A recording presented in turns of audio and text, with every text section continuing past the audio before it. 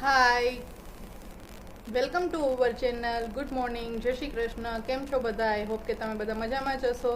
અને આજે હું બનાવી રહી છું ગુલ્ફી. તો એની રેસીપી પણ હું તમને બતાવીશ. અને અત્યારે જો મારા ઘરનું બધું ક્લિનિંગ પતી ગયું છે અને હું ફ્રી થઈ ગઈ છું. તો આજે તમને બતાવું ગુલ્ફીની રેસીપી. ગુલ્ફીની રેસીપી બનાવવા માટે મેં નાની સાઈઝની 4 બ્રેડ લઈ લીધી છે. એ બ્રેડની કોરને કટ કરી લીધી છે.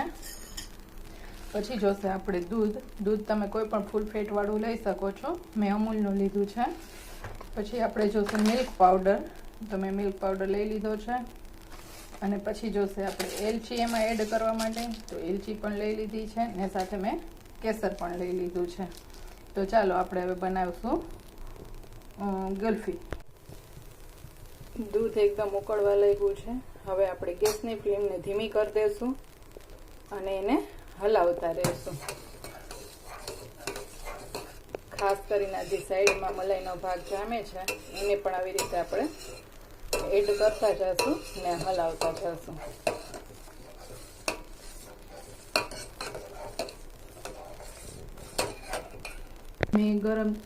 પછી મેં અહીંયા થોડું ગરમ દૂધ લઈ લીધું છે વાટકીમાં અને એમાં મેં કેસર એડ કરી દીધું છે જેથી કરીને એ ઓગળી જાય. અહીંયા આપણું દૂધ જો ગરમ થઈને ઉકળી રહ્યું છે.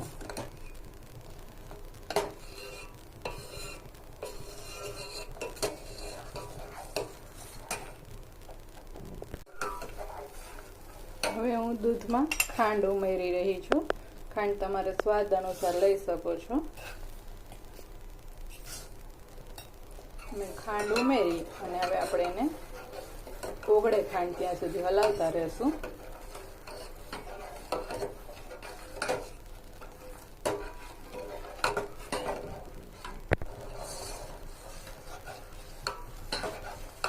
ખાંડ આપણી ઓગળીને રેડી થઈ ગઈ છે. હવે આપણે એમાં એડ કરશું મિલ્ક પાવડર. તો મેં અહીંયા અડધો લીટર દૂધમાં 1 ચમચી જેટલો મિલ્ક પાવડર લીધો છે. તો આપણે એ એમાં એડ કરી દઈશું અને ફરીથી હલાવશું આપણે, જેથી કરીને આપણું દૂધ એકદમ ઘટ થઈ જાય.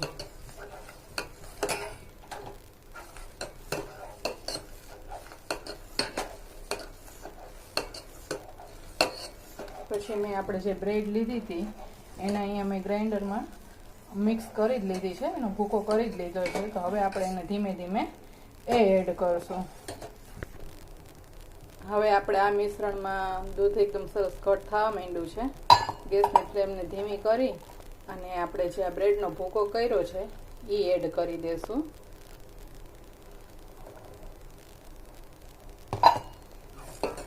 એનાથી છે ને દૂધ એકદમ સરસ મજાનું ઘાટું થઈ જશે અને ગુલ્ફી આપણી દાણેદાર થશે.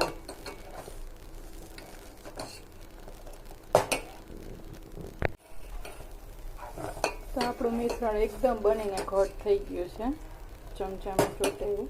હવે આપણે એમાં એડ કરી દઈશું એલચી પાવડર. એલચી પાવડર એડ કરીને આપણે એને હલાવી લઈશું.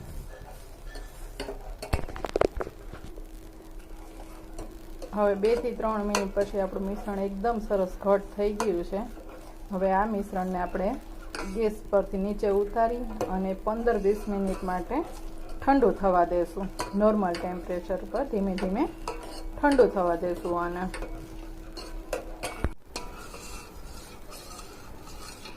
આપણું આ મિશ્રણ ઠરી ગયું છે અને ઠર્યા પછી જો આટલું બધું ચમચામાં લઈ એટલે આ રીતનું ઘાટું થઈ ગયું છે. હવે આપણે એમાં એડ કરી દઈશું કેસર.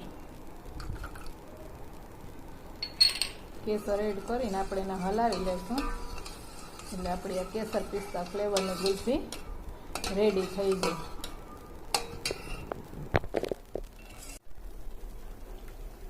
આપણું મિશ્રણ બનીને રેડી થઈ ગયું છે ને ઠરી ગયું છે. હવે આપણે એને ગ્લાસમાં એડ કરી દઈશું.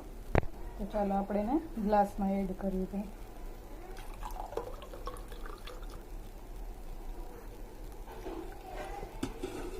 પછી મેં અહીંયા ચાના કપ પણ લીધા છે, એમાં પણ થઈ શકે છે. તો એમાં આપણે થોડું થોડું લઈ લઈશું.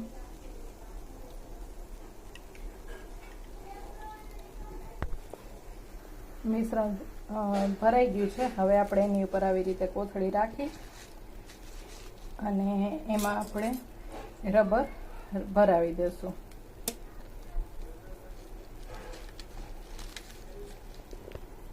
રબર ભરાવ્યા પછી આપણે એને ચાકાની મદદથી સેજ કટ આપી દઈશું અને એમાં આપણે સ્ટીક ભરાવી દેશું.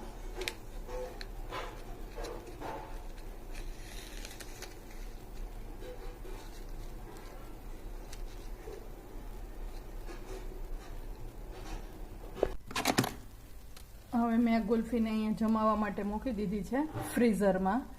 તો હવે 7-8 કલાક પછી આપણી ગુલ્ફી બનીને રેડી થઈ જશે.